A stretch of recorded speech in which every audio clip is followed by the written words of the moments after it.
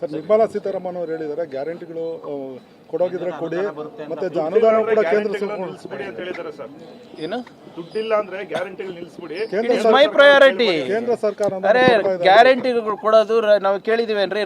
ಗ್ಯಾರಂಟಿಗಳು ಕೊಡ್ಲಿಕ್ಕೆ ನಾವು ರಾಜ್ಯ ಸರ್ಕಾರ ಹತ್ರ ನಾವೇನು ಕೈ ಚಾಚಿದೀವಾ?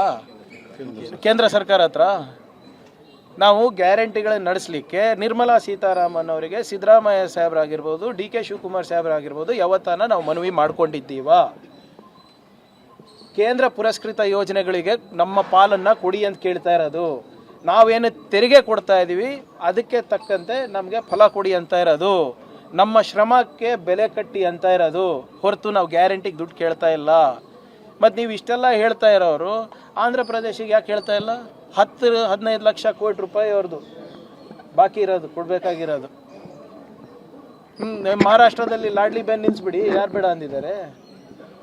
ಗುಜರಾತ್ನಲ್ಲಿ ಕೊಡ್ತಾ ಇದ್ದೀರಾ, ಮಧ್ಯಪ್ರದೇಶದಲ್ಲಿ ಕೊಡ್ತಾ ಇದ್ದೀರಲ್ಲ, ಅವೆಲ್ಲ ನಿಲ್ಲಿಸಿ. ಯು ಪಿನಲ್ಲಿ ಎಷ್ಟು ಸಬ್ಸಿಡಿ, ಎಷ್ಟು ಫ್ರೀ ಬೀಸ್ ಕೊಡ್ತಾ ಇದ್ದೀರಾ? ನೀವು ಕೊಟ್ಟರೆ ಮಾಸ್ಟರ್ ಸ್ಟ್ರೋಕು, ನಾವು ಕೊಟ್ಟರೆ ತೊಂದರೆನಾ ನಿಮಗೆ? ಆಮೇಲೆ ಗ್ಯಾರಂಟಿಗೋಸ್ಕರ ಯಾವತ್ತು ನಾವು ಕೈ ಚಾಚಿದ್ದೀವಪ್ಪ? ಕೇಂದ್ರ ಸರ್ಕಾರದಿಂದ ಏನು ನಮ್ಗೆ ಬರಬೇಕಾಗಿರೋದು ಅದು ನ್ಯಾಯಯುತವಾಗಿ ಕೊಟ್ಟರೆ ಸಾಕಾಗಿದೆ ನಮಗೆ. ಅದೆಲ್ಲ ಕೊಡ್ತಾನೆ ಇದೀವಿ. ಎಲ್ಲಿ ಕೊಡ್ತಾ ಇದ್ದಾರೆ? ಎಲ್ಲಿ ಕೊಡ್ತಾ ಇದ್ದಾರೆ ಸ್ವಾಮಿ? ನಾವು 100 ರೂಪಾಯಿ ಕೊಟ್ಟರೆ 13 ರೂಪಾಯಿ ಅಷ್ಟೇ ವಾಪಸ್ ಬರ್ತಾ ಇರೋದು. ಯು ಪಿಗೆ 300 ರೂಪಾಯಿ ಹೋಗ್ತಾ ಇದೆ, ಮಧ್ಯಪ್ರದೇಶಿಗೆ 300 ರೂಪಾಯಿ ಹೋಗ್ತಾ ಇದೆ. ಅವ್ರಿಗೆ ಕೊಡಬೇಡಿ ಅಂತ ಇಲ್ಲ.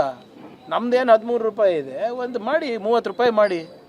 ಅದರಿಂದ ನಾವೇನು ಮಾಡ್ತೀವಿ? ಒಳ್ಳೆ ಇನ್ಫ್ರಾಸ್ಟ್ರಕ್ಚರ್ ಕಟ್ಟಿಸ್ತೀವಿ, ಉದ್ಯೋಗ ಅವಕಾಶವನ್ನು ಕಲ್ಪಿಸ್ಕೊಡ್ತೀವಿ. ಇವತ್ತು ದೇಶದ ಆರ್ಥಿಕ ಪರಿಸ್ಥಿತಿ ಸುಧಾರಣೆ ಆಗ್ತಿದೆ ಅಂದರೆ ಅದು ನಾವೇ ಕಾರಣ ಅಲ್ಲ, ಕನ್ನಡಿಗರೇ ಕಾರಣ ಅಲ್ಲ. ಯು ಪಿ ಮತ್ತು ಮಧ್ಯಪ್ರದೇಶದಿಂದ ಏನು ಬರ್ತಾ ಇದೆ ಅಪ್ಪ ಹೇಳಿ ತೋರಿಸ್ಬಿಡಿ ನನಗೆ. ಈಗ ಗ್ಯಾರಂಟಿ ವಿಚಾರದಲ್ಲಿ ಒಂದಷ್ಟು ಗೊಂದಲಗಳು ಶುರುವಾಗಿದೆ, ಒಂದಷ್ಟು ಆಕ್ರಮಣ ಕೂಡ ಹಿರಿಯರಿದ್ದೀರಿ. ಈ ಗೊಂದಲಗಳಿಗೆ ತೆರೆ ಬೀಳುತ್ತಾ ಅಂತೇಳಿ, ಯಾಕೆಂದರೆ ನೋಡಿ ಭಾಳ ಸ್ಪಷ್ಟವಾಗಿ ಮಾನ್ಯ ಮುಖ್ಯಮಂತ್ರಿಗಳು ಹೇಳಿರೋದು, ಗ್ಯಾರಂಟಿ ಯೋಜನೆಗಳನ್ನು ನಿಲ್ಲಿಸುವ ಪ್ರಶ್ನೆನೇ ಇಲ್ಲ. Number 1 very clear, guarantees are not going to stop. ಎರಡನೇ ವಿಚಾರ ಏನಂದರೆ ಅರ್ಹ ಫಲಾನುಭವಿಗಳಿಗೆ ಹೋಗಬೇಕು, ಪರಿಷ್ಕರಣೆ ಆಗಬೇಕು ಅಂತ ಅಷ್ಟೇ. ನೀವೇ ಎಷ್ಟು ಸರಿ ಹೇಳಿದ್ದೀರಾ ನಮಗೆ ಮಾಧ್ಯಮ ಸ್ನೇಹಿತರು, ಸರ್ ಬೇರೆ ಯಾರಿಗೂ ಹೋಗ್ತಾ ಇದೆ, ಸತ್ತವರಿಗೆ ಹೋಗ್ತಾ ಇದೆ, ಬೋಗಸ್ ಖಾತೆಗಳಿಗೆ ಹೋಗ್ತಾ ಇದೆ, ಅದು ಪರಿಷ್ಕರಣೆ ಮಾಡಬೇಕಲ್ವಾ? ಆಫ್ಟರ್ ಆಲ್ ಇದು ಯಾರು ದುಡ್ಡು? ಜನರ ದುಡ್ಡು. ಜನರ ದುಡ್ಡು ಜನರಿಗೆ ಕರೆಕ್ಟಾಗಿ ಮುಟ್ಟಿಸೋದು ತಪ್ಪ? ಆಮೇಲೆ BJP ಅವ್ರಿಗೆ ಏನಕ್ಕೆ ಆತಂಕ? ಅವರೇ ತಾನೇ ಗ್ಯಾರಂಟಿ ವಿರುದ್ಧ ಇದ್ದಿದ್ದು. ಈ ಗ್ಯಾರಂಟಿ ಪರಿಷ್ಕರಣೆ ಮಾಡ್ತಾ ಇದ್ರೆ ಅವ್ರಿಗೇನು ಸಮಸ್ಯೆ ಆಗ್ತಾ ಇದೆ? ಹಾಂ ಮಾಡ್ತೀವಿ. ಈಗ ನಮ್ಗೆ ಹೆಂಗೆ ಗೊತ್ತಾಗ್ತದೆ? ಈಗ ಒಂದು ಮೆಥಡ್ ಇರಬೇಕಲ್ಲ ಸರ್. ಯಾರು ಬದುಕಿದ್ದಾರೆ, ಯಾರು ಸತ್ತಿದ್ದಾರೆ, ಯಾರು ಟ್ಯಾಕ್ಸ್ ಕಟ್ಟಿದ್ದಾರೆ, ಒಂದು ಮೆಥಡ್ ಇರಬೇಕಲ್ಲ.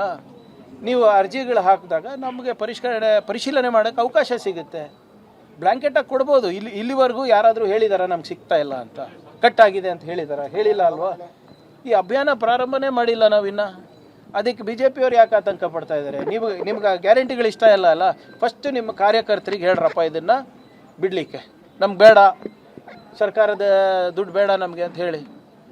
ಅದು ಒಂದು ಅಭಿಯಾನ ನಡೆಸಿದ್ರಲ್ಲ ಮೋದಿಯವರು, ಗಿವ್ ಅಪ್ ಅಂತ, ಸಿಲಿಂಡರ್ಗಳು LPG ಬಿಟ್ಕೊಡಿ ಅಂತ ಮಾಡಿ, ಏನೋ ಗ್ಯಾರಂಟಿಗಳನ್ನು ಗಿವ್ ಅಪ್ ಮಾಡಿ, ನೀವು ಅಭಿಯಾನ ಮಾಡಿ BJP ಅವರು. ನಾವು ಯಾರು ನಮ್ಮ ದೇವಿಂದ ಕೊಡ್ತಾ ಇಲ್ಲ. ಜನರ ದುಡ್ಡು ಜನರ ತಲುಪಿಸಿದ್ರೆ ಒಂದು ಆರ್ಥಿಕ ಸ್ಥಿರತೆ ಇರುತ್ತೆ ಕುಟುಂಬಕ್ಕೆ ಅಂತ ಮಾಡ್ತಾ ಇರೋ ಯೋಜನೆ. ನಿಮ್ಗೆ ಇಷ್ಟ ಇಲ್ಲ ಅಂದರೆ ನೀವು ತೊಗೋಬೇಡಿ, ತೊಗೊಂಡವ್ರು ತೊಗೋತಾರೆ.